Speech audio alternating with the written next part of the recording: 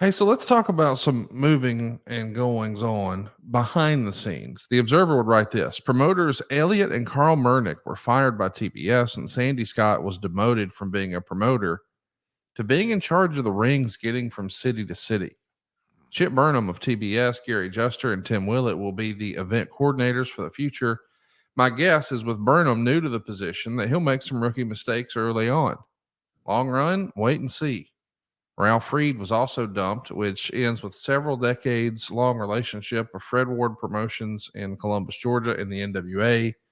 The demotion of the Murnicks, who are trying to get in with Titan Sports now, ends a long era as well, as their father, Joe Murnick, was half of the owner of the Jim Crockett Promotions with Jim Crockett Sr. back when the territory was first built. Right. We've talked about, as wrestling fans, some of these names before. We've heard these names before. Take just a minute and talk to us about Elliot and Carl Murnick and their father, Joe. Fun guys to be around, Elliot and Carl. I think Elliot was the party guy more than Carl. But I had a lot of, I enjoyed being around them. They were, uh, they another that men's men. They were big basketball, North Carolina basketball supporters, season tickets, courtside, all that good stuff. So always enjoyed shooting the shit with them. And they knew their territory. They knew that every building, all the local media people, they could make a phone call and get a story in the paper type thing because they had built a reputation, or more specifically, their dad had built a reputation in those cities, a positive. Those in those days. Hey, look, Conrad, I've delivered so many bottles of whiskey and envelopes back in my day. I felt like uh, outtake of The Sopranos. Yeah. Take the envelope and you give it to the sports writer. You give it to the director, the news director, whatever, and they get presents. And they deserved them. What the hell? They weren't making any money. so Elliot and Carl were good guys. They might have been stuck in their ways, uh, but I thought they did a good job, and I was very surprised when they got let go. Talk to me a little bit about Sandy Scott. Some of our listeners have heard that name, but they might not know his background and what his contributions were. Well, Sandy, a Canadian, nice. I think he's from Hamilton. A hell of a good guy. There's nobody who was more solid and reliable and carried themselves with professionalism than Sandy Scott.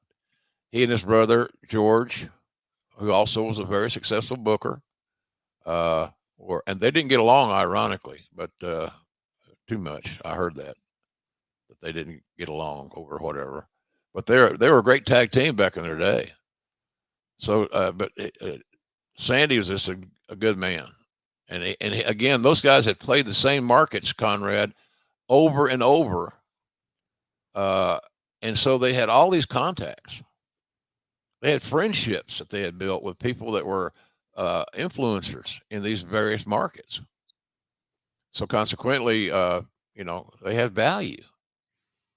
And but he was at the stage of his life, getting a little older, and routing all the rings, making sure that there was plenty of the rings for where they needed to be.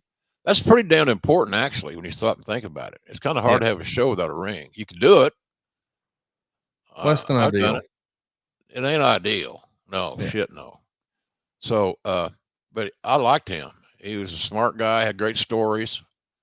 He came from a unique era, and he was a national tag team. He had he and his brother had notoriety.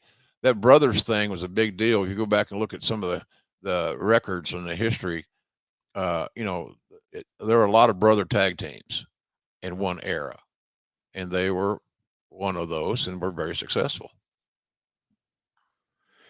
We've all heard the name Gary Juster. How'd you get along well with Chip Burnham? Uh, okay, Chip was a go getter. He's another guy that thought he had more product knowledge than he did, but not a bad guy. He worked hard. Seemed to me like. I think he passed away at a young age, if I'm not mistaken.